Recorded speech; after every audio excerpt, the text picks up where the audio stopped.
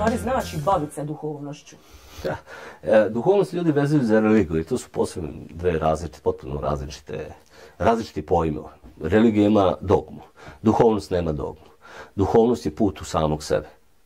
Duhovnost je put u samog sebe, istražiti ko sam uistinu ja, zašto sam došao ovdje, koja je moja misija, kuda idem, kako to da stvarim i naravno ono što mnogi zaboravljaju duhovnosti, kuda idem nakon fizičke smrti.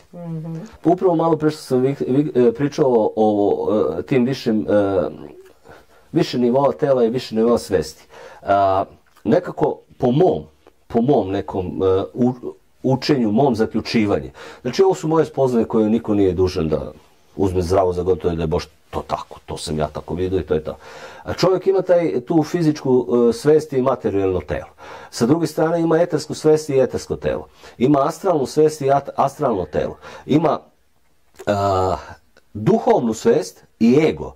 Tu je sada problem, to su ta 4 tela fizičkog sveta, da me neko razume. Znači, etersko telo i eterska svest i astralno telo i astralna svest su vezane za fizičko telo. Duhovnost je vezana za ego. Ego je nešto što predstavlja, kaže na grčkom ego, ja. To sam ja, to je moja celina. I taj ego ima karakteristike. Sa jedne strane možda ima karakteristiku duhovnosti, i tu dozvoljava čovjeku napredak u duhovnom rastu, a sa druge i današnja civilizacija, uglavnom ego ima karakteristiku egoizma. Ja pa ja, moje pa moje.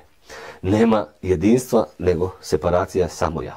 Kada je ego u egoizmu, duhovni rast je ravan nula. Ako ego uspe da dođe do svog duhovne svesti, onda može da raste na tu emotivnu svest koja je itekako bitna, emocije i osjećanje, ono što ja kažem, emocije srca i osjećanje duše, da je direktno to vezano za kauzalno telo, a kasnije mentalno telo i mentalna svest i intuitivna svest koja je vezana za duhovno telo čovjeka i na kraju dolazi božanska svest i božansko telo, gdje čovjek jednostavno dolazi do nivoa Isusa Hrista i u stvari, ajde tako najbolje da dolazi do znanja starih civilizacija, gdje mi vidimo da su ti naši stari mogli da putuju vremenom i prostorom, da menjaju i dimenzije. To se pronalazi u artefaktima, samo što nauka ne želi tome da priča. Jer vi kad odete u Vinču, Lepenski vir, vi vidite da su oni vidjeli sazvežđe južne hemisfere. Pa ajde objasnite me, nije imao točaka, a išao je u Afriku. Kako? Pa išao je duhom. Znači, to je mogućnost čovjeka. I mi prvo moramo da shvatimo da moramo se oslobodimo egoizma. To je pod jedan. Jer čovjek kad se oslobodi egoizma, on može da se podigne na emotivnu svest. Šta to znači? Dovodim svoje emocije i osjećanja u ravnotežu. Današnji sistem ne dozvoljava čovjeku emotivnu inteligenciju, ne dozvoljava čovjeku smiraj. Zašto? To je već druga priča jer se krade energija, monoatomsko zlato, ali to ćemo kasnije.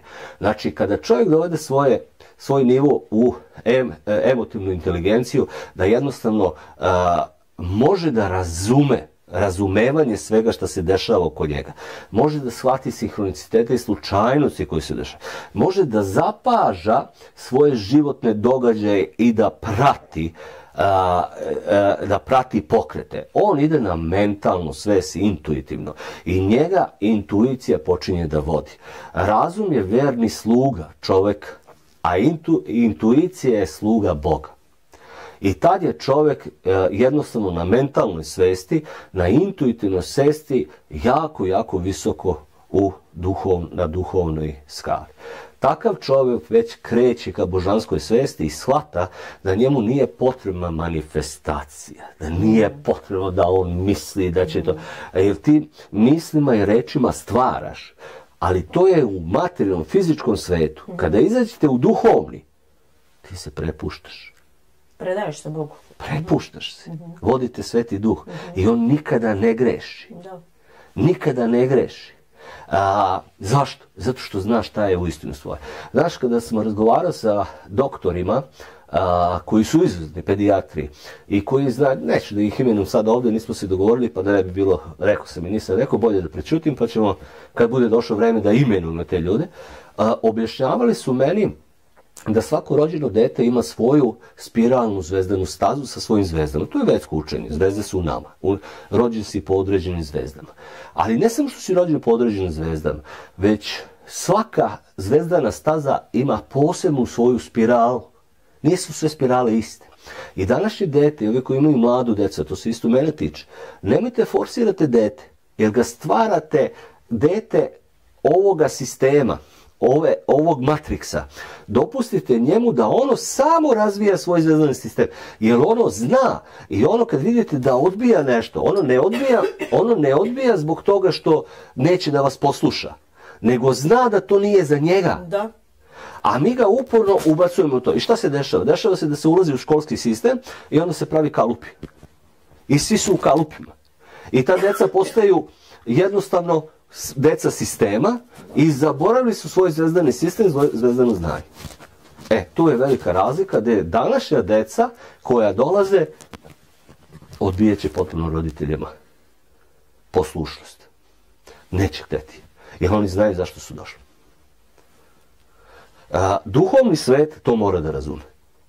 I duhovni svet prati, razume i poštuje.